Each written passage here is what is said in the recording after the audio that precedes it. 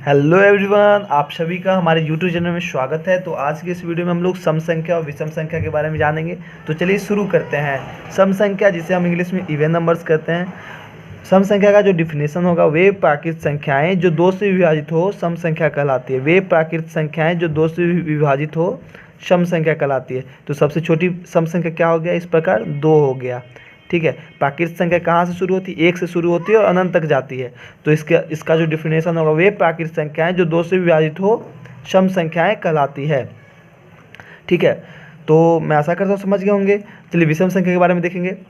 विषम संख्या, जिसे हम इंग्लिश में ऑड नंबर्स कहते हैं, वे प्राकृत संख्याएं जो 2 से विभाजित नहीं हो विषम संख्याएं कहलाती है। जैसे 1, 3, 5, 7, 9, 11, 13, 15, 17, 19, 21, 23, 25, 27, 29, इसी प्रकार अनंत तक जाएगी। ठीक है।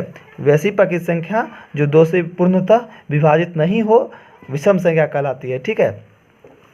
और वे प्राकृत संख्या जो 2 से पूर्णतः विभाजित हो उसे हम सम संख्या कहते हैं। तो सबसे छोटी यहाँ विषम संख्या कौन सी हो जाएगी? 1 हो जाएगी।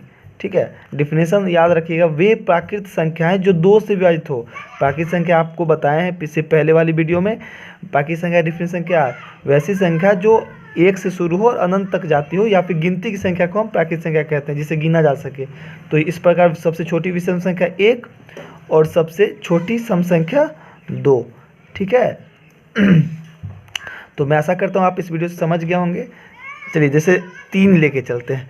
3 से 2 से भाग देंगे, 2 एकम 2, 3 में 2 गया, एक पूर्णतः नहीं कटा। इसी प्रकार 3 क्या हो गया? विषम संख्या हो गया। ठीक है। और 2 यहाँ पे, चलिए 4 में 2 से भाग देंगे, 2 दूनी 4, पूर्णतः कट गया। इसी प्रकार 4 क्या हो गया? सम संख्या हो गया। तो मैं आशा करता हूँ सम संख्या विषम संख्या आप समझ गए होंगे। तो आज के लिए बस इतना ही। बहुत बहुत धन्यवाद।